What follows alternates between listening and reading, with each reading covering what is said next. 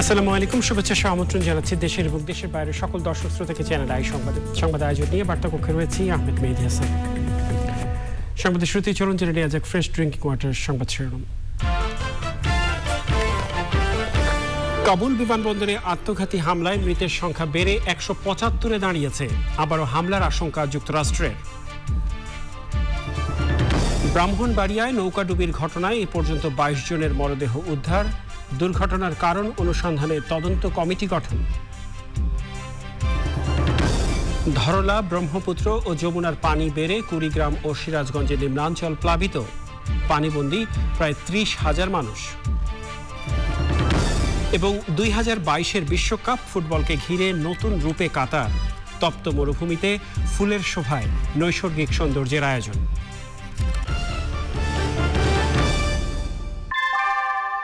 Anwar sheet, দামে কম, থেকে অনেক বেশি।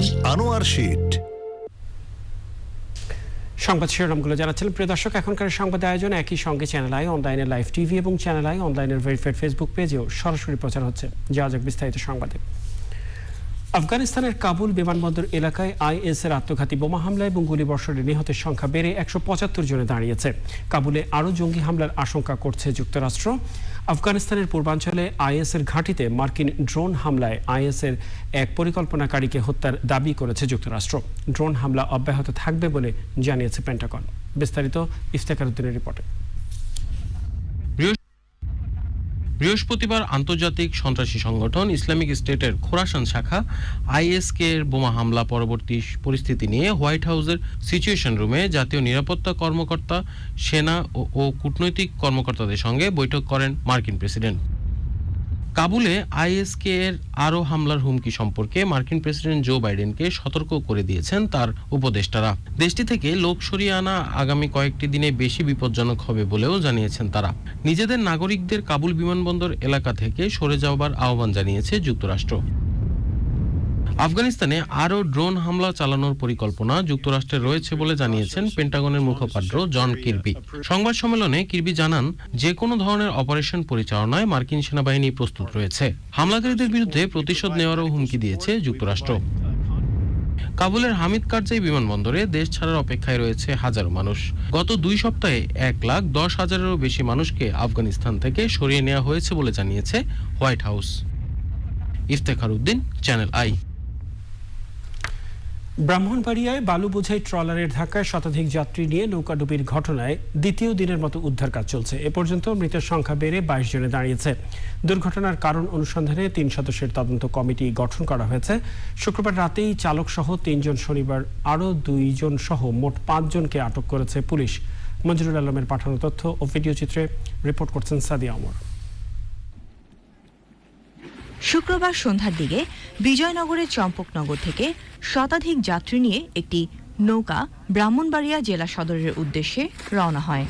উপজেলার পাউন ইউনিয়নের লইশকা বিলে নৌকাটি পৌঁছলে বিপরীত দিক থেকে আসা বালুবাহী ট্রলারের সঙ্গে মুখোমুখি সংঘর্ষে যাত্রীবাহী নৌকা ডুবে যায়।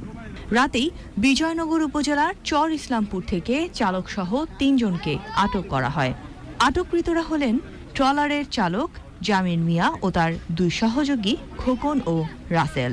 শনিবার ট্রলার মালিক ও মালিক সমিতির এক সদস্যকে আটক করা হয়। মুমূর্ষু অবস্থায় অনেককেই হাসপাতালে ভর্তি করা হয়। নৌকাডুবির ঘটনায় নিহতদের প্রত্যেকের পরিবারকে 20,000 টাকা করে দেওয়া হয়েছে। দুর্ঘটনার কারণ অনুসন্ধানে 3 সদস্যের তদন্ত কমিটি গঠন করা হয়েছে। Sadia Omar, channel I. উজান থেকে নেমে আসা পাহাড়ি ঢলে কুড়িগ্রামের ধরলা ও ব্রহ্মপুত্র এবং সিরাজগঞ্জের যমুনা নদীর পানি বেড়ে নিম্নাঞ্চল প্লাবিত হয়েছে।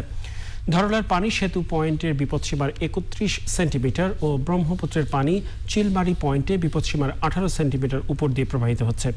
জেলা দুটির অন্যান্য নদ নদীর পানি বিপদসীমার সামান্য নিচ দিয়ে বইছে। নদী অববাহিকার চরাঞ্চলে প্রায় 30,000 মানুষ পানিবন্দী হয়ে পড়েছে। ডুবে গেছে নিচু এলাকার কয়েকশো হেক্টর জমির রোপা, আমন ও সবজি ক্ষেত। পানি বাড়ার সাথে সাথে নদী ভাঙন তীব্র হয়ে উঠেছে। ধরলা ও ব্রহ্মপুত্রের উজানের ভারী বৃষ্টিপাতের কারণে 2 থেকে 3 দিন পানি বৃদ্ধি অব্যাহত থাকার আশঙ্কা করছে স্থানীয় পানি উন্নয়ন বোর্ড। সিরাজগঞ্জের যমুনা নদীর পানি গত 24 ঘন্টায় 11 সেন্টিমিটার বেড়ে সিরাজগঞ্জের শহর রক্ষা বাঁধ পয়েন্টে বিপদসীমার 25 সেন্টিমিটার উপর দিয়ে বইছে। পানি বেড়েছে কাজীপুর মেঘাইঘাট পয়েন্টেও।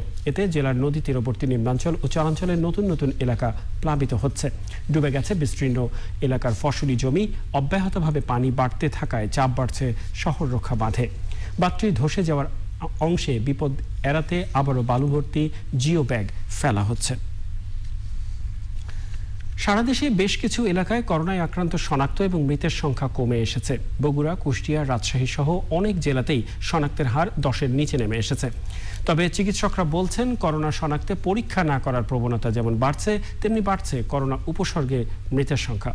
প্রতিনিধিদের পাঠানো তথ্য ও ভিডিও চিত্রে মিথিলা নাজরিনের রিপোর্ট। বগুড়ায় শনাক্তের চেয়ে সুস্থতার সংখ্যা দ্বিগুণ। জেলায় গত 24 ঘন্টায় 203টি নমুনা পরীক্ষায় 18 জন আক্রান্ত শনাক্ত হয়েছেন। রাজশাহীতে শনাক্তের হার 8.33%। রাজশাহী মেডিকেল কলেজ হাসপাতালে ভর্তি রোগী অর্ধেকে নেমে এসেছে। করোনা শয্যা কমিয়ে বাড়ানো হয়েছে সাধারণ শয্যা। জেলায় গত 24 ঘন্টায় মারা যাওয়া 8 জনের মাঝে 7 জনই করোনা উপসর্গে মারা গেছেন। ময়মনসিংহ মেডিকেলে মারা যাওয়া 8 জনের মধ্যে 5 জন করোনা উপসর্গে মারা গেছেন। চাঁদপুরে করোনা ওয়ার্ডে মৃত 4 জনের মাঝে 3 জনই করোনা উপসর্গে ভুগছিলেন।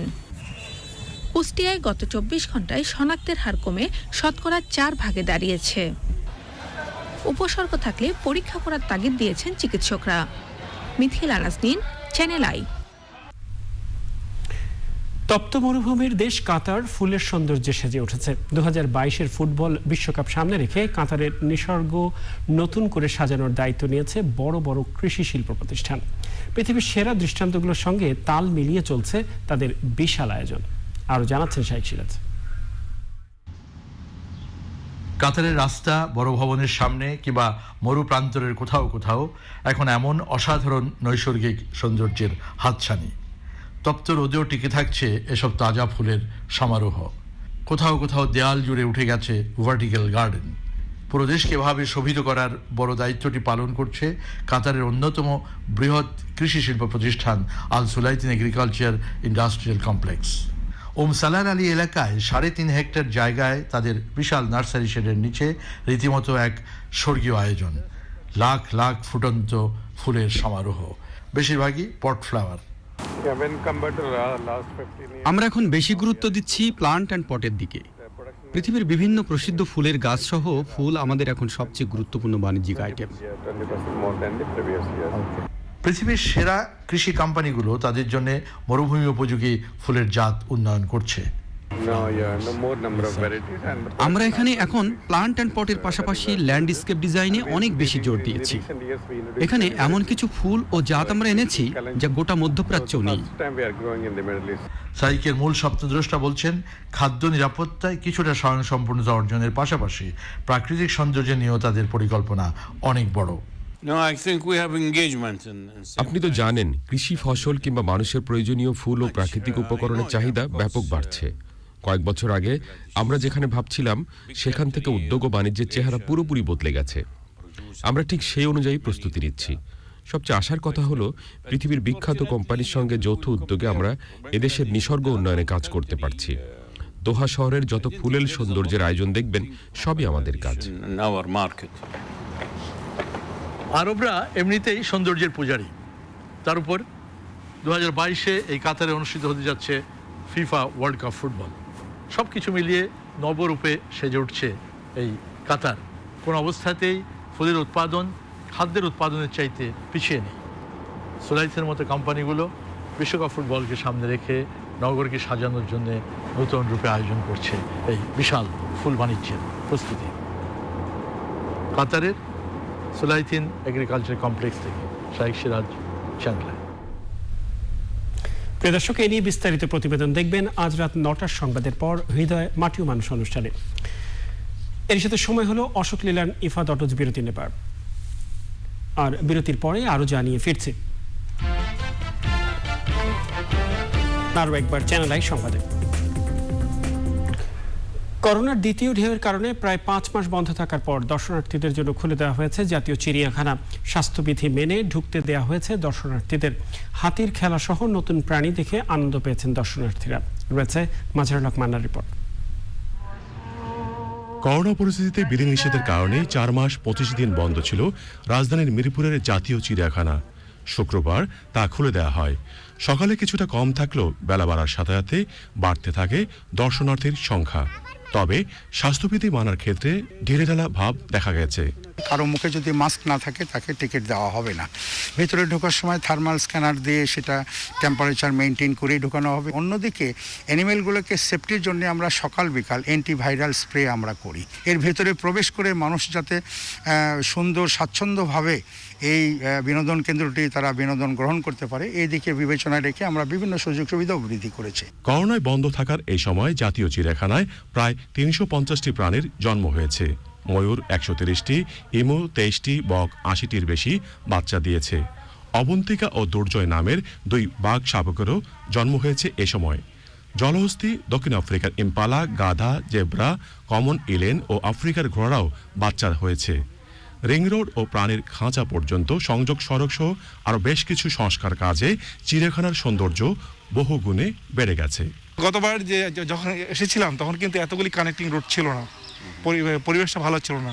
তো এখন মনে হচ্ছে আগের চেয়ে বেটার, আগের চেয়ে অনেক ক্লিন, যেটা আগে আমরা পাইনি কখনোই। আর প্রাণীগুলি অনেক বেশি, দেখতে অনেক সুন্দর দেখাচ্ছে। বাঘের বাচ্চা সহ অন্য প্রাণীদের দেখে বেশ উচ্ছ্বসিত দর্শনার্থীরা। এতক্ষণ আমি উট পাখি দেখলাম, বাঘ দেখলাম, তারপর বানর দেখলাম, ভারতীয় বাঘ দেখছি, বাংলাদেশের রয়্যাল বেঙ্গল টাইগার দেখছি, ওখানে ময়ূর দেখলাম। আলহামদুলিল্লাহ, আমার কাছে খুব ভালো লাগতেছে। টিভিতে দেখলাম যে চিড়িয়াখানা খুলছে, তখন তাকে নিয়ে আজকে আবার এলাম। অনেক কিছু আমি আগে দেখছি আর এখন অনেক কিছুর সাথে পরিচিত হয়েছি। চিড়িয়াখানায় আরেকটি নতুন আকর্ষণ হাতির ফুটবল খেলা। সকাল 11টা থেকে 12টা পর্যন্ত এই খেলা উপভোগ করা যাবে। দীর্ঘদিন বন্ধ থাকার পর গতকাল থেকে খুলে দেওয়া হয়েছে জাতীয় চিড়িয়াখানা। অনেকেই আসছেন এই চিড়িয়াখানায় অনেকদিন পর। তবে কর্তৃপক্ষ বলছেন যারা আসছেন তারা যেন কঠোরভাবে স্বাস্থ্যবিধি মেনে চলেন। জাতীয় চিড়িয়াখানা থেকে মাজহারুল হক মান্না, চ্যানেল আই। এ পর্যায়ে জিপিএইচ ইস্পাত বাংলাদেশের অগ্রযাত্রা সংবাদ।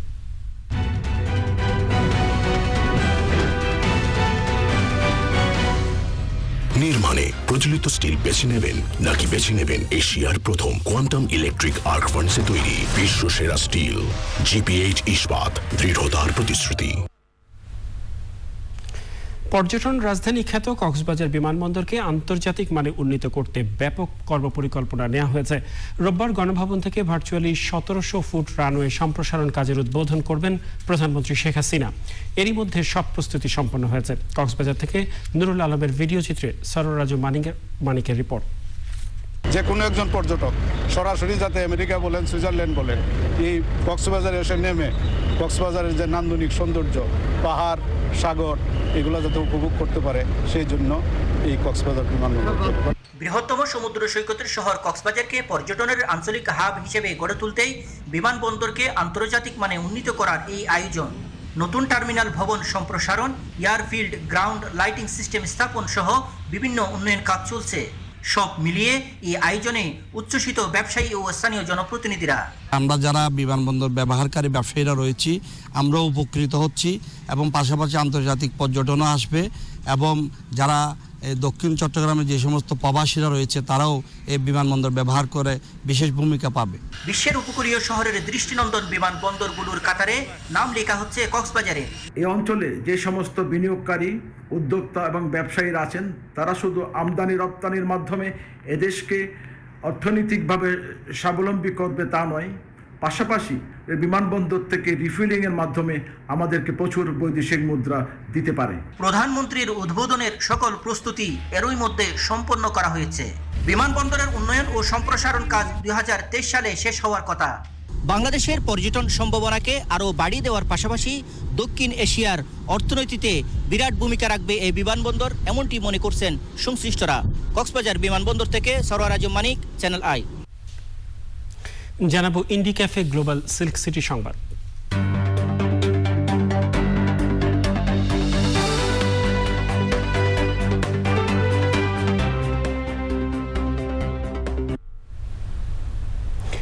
দেশব্যাপী 28 আগস্ট থেকে 3রা সেপ্টেম্বর পর্যন্ত স্বাস্থ্যবিধি মেনে জাতীয় মৎস্য সপ্তাহ পালিত হচ্ছে। সেই লক্ষ্যে রাজশাহীতে বেশি বেশি মাছ চাষ করি, বেকারত্ব দূর করি প্রতিপাদ্যে জেলা প্রশাসকের সম্মেলন কক্ষে মতবিনিময় সভা হয়েছে। সভাপতিত্ব করেন জেলা প্রশাসনের উপপরিচালক শাহানা আক্তার জাহান। জাতীয় মৎস্য সপ্তাহ 2021 উপলক্ষে আয়োজিত মতবিনিময় সভায় অতিরিক্ত জেলা প্রশাসক শরীফুল হক ও জেলা মৎস্য কর্মকর্তা অলোক কুমার সাহা বক্তৃতা করেন। জাতীয় মৎস্য সপ্তাহের প্রথম দিন সাধারণ মানুষের মাঝে সচেতনতা বৃদ্ধির লক্ষ্যে সংবাদ সম্মেলন করা হয়। নিটল টাটা কৃষি সংবাদ।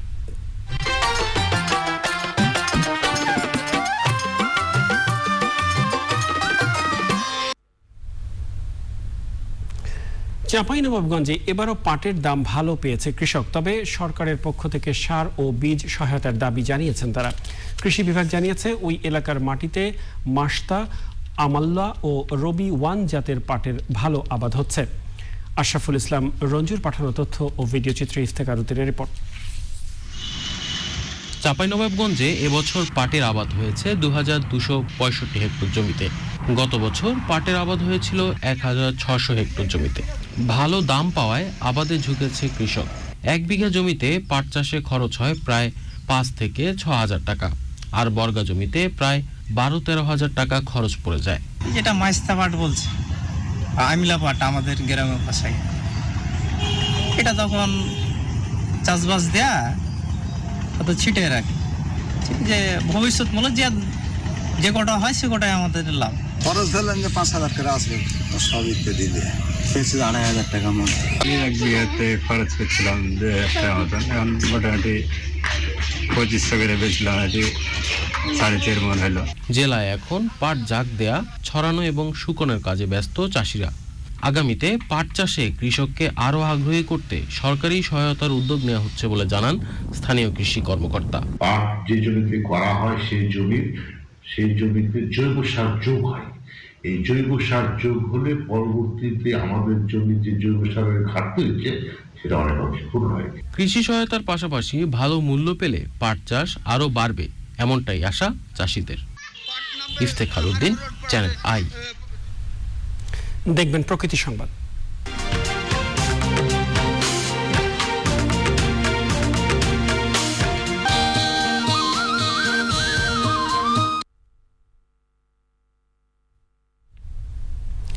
পদ্মা নদীর পানি বেড়ে শরীয়তপুরের জাজিরায় ভাঙন শুরু হয়েছে। 1 সপ্তাহের ভাঙনে কুন্ডের চর ইউনিয়নের 5টি গ্রামের 200-র বেশি বসতবাড়ি পদ্মায় বিলীন হয়েছে। আতঙ্কে আরও শতাধিক পরিবার। ভাঙন রোধে জরুরি কাজ করে যাচ্ছে পানি উন্নয়ন বোর্ড। SM মুজিবুর রহমানের রিপোর্ট। শরীয়তপুরে বিপদসীমার প্রায় 1.5 ফুট উপর দিয়ে বইছে পদ্মা নদীর পানি। জাজিরা উপজেলার কুন্ডেরচর ইউনিয়নের ব্যাপারীকান্দি, খাকান্দি, লুডুমাতবরকান্দি, আপতু ব্যাপারীকান্দি ও মৃধাকান্দি গ্রামের 200-র বেশি বাড়ি পদ্মায় বিলীন হয়েছে। এবারের বর্ষায় জাজিরা সদর, পূর্ব নাওডোবা, বড়কান্দি ও বিলাসপুর ইউনিয়নের অনেক স্থানে ভাঙন চলছে। পানির চাপে ঘর দুয়ার সব সরাই কোনো গাছলে নিছি, কলমল সব লেগে গেছে। নদী ব্যাংকে মনে ঘর বাড়ি সরাই আমরা হাঁটতে পারতেছি না, টলার পাইতেছি না। একদিনে মনে করেন যে 50 নল 60 নল ভাঙ্গে লাগে। যেভাবে ভাঙতেছে এরকম যদি ভাঙে তা আমগো সরে যা লোক আছে মানে আরো যা আছে তা মানে এরকম ভাবে ভেঙে যাবে। ভাঙন ঠেকাতে জিও ব্যাগ ফেলছে পানি উন্নয়ন বোর্ড। ঊর্ধ্বতন কর্তৃপক্ষের নির্দেশনা মোতাবেক তাৎক্ষণিকভাবে জিও ব্যাগ টিউব ডাম্পিং করে ভাঙন রোধ করার চেষ্টা করছি। এছাড়া জাজিরা অংশে স্থায়ীভাবে নদী ভাঙন থেকে মুক্ত করার জন্য একটি প্রকল্প জমা দেওয়া আছে। প্রকল্পটি প্রক্রিয়াধীন, অনুমোদন হলে পরে এই এলাকার লোকজনকে স্থায়ীভাবে নদী ভাঙন থেকে মুক্ত করা যাবে। পদ্মার ভাঙন রোধে স্থায়ী ব্যবস্থা নেওয়ার দাবি জানিয়েছেন জাজিরার ভাঙন কবলিত মানুষ। শরীয়তপুর থেকে SM Mujibur Rahman, channel I. এ পর্যায়ে ধামাকাশপিং.com তথ্য প্রযুক্তি সংবাদ।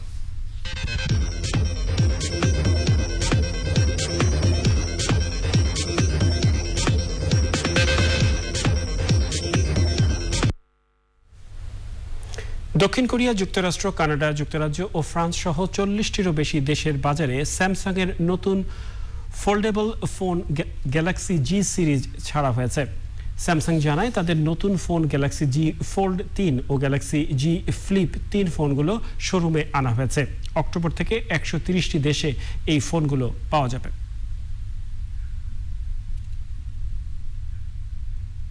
এবার অন্যান্য সংবাদ। আওয়ামী লীগ সাধারণ সম্পাদক ওবায়দুল কাদের বলেছেন, দেশি বিদেশি ষড়যন্ত্রের মাধ্যমে বঙ্গবন্ধুকে যেভাবে হত্যা করা হয়, বঙ্গবন্ধু কন্যা শেখ হাসিনাকেও সেভাবে হত্যার ষড়যন্ত্র চলছে।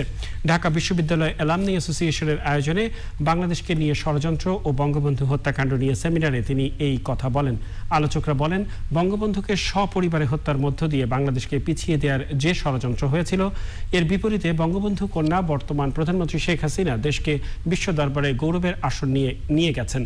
বঙ্গবন্ধু হত্যাকাণ্ডের সাথে জিয়াউর রহমান জড়িত ছিলেন বলে দাবি করেন আওয়ামী লীগ সাধারণ সম্পাদক। হাজারো মানুষ জানাজা পড়লেই কেউ নির্দোষ হয়ে যায় না বলেও মন্তব্য করেন ওবায়দুল কাদের।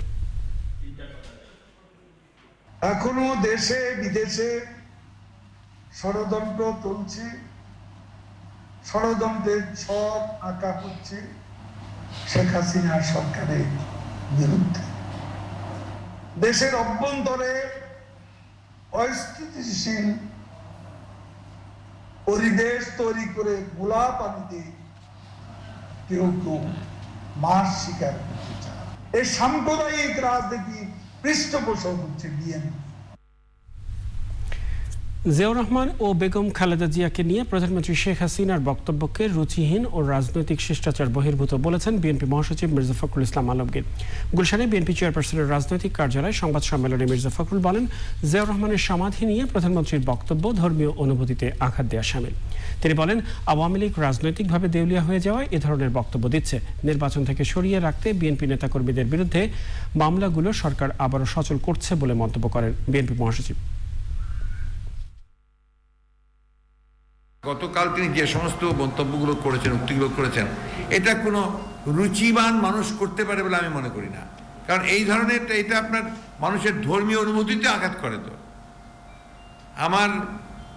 আপনার দাফন হয়েছে, আপনার লক্ষ লক্ষ লোক সেই জানাজায় শরিক হয়েছে। এরশাদ সাহেব তিনি নিজে তার বডি ক্যারি করেছেন। It is a open clear, একেবারে ক্রিস্টাল ক্লিয়ার, লাইক মানে এর চেয়ে বড় সত্য আর কিছু হতে পারে না। সেইখানে এই ধরনের ইস্যুগুলোকে একভাবে তুলে নিয়ে আসা, তারা যে কতটা রাজনীতি শূন্য হয়ে গেছেন, দেউলিয়া হয়ে গেছেন রাজনীতিতে, তার এটাই তার প্রমাণ। জানাবো ইভেলে খেলার খবর।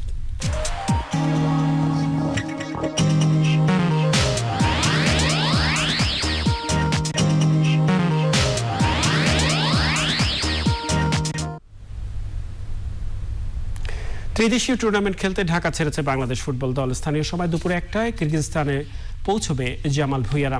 সাফ ফুটবলের প্রস্তুতির লক্ষ্য হলেও শক্তিশালী ফিলিস্তিন এবং স্বাগতিক কিরগিজস্তানকে হারিয়ে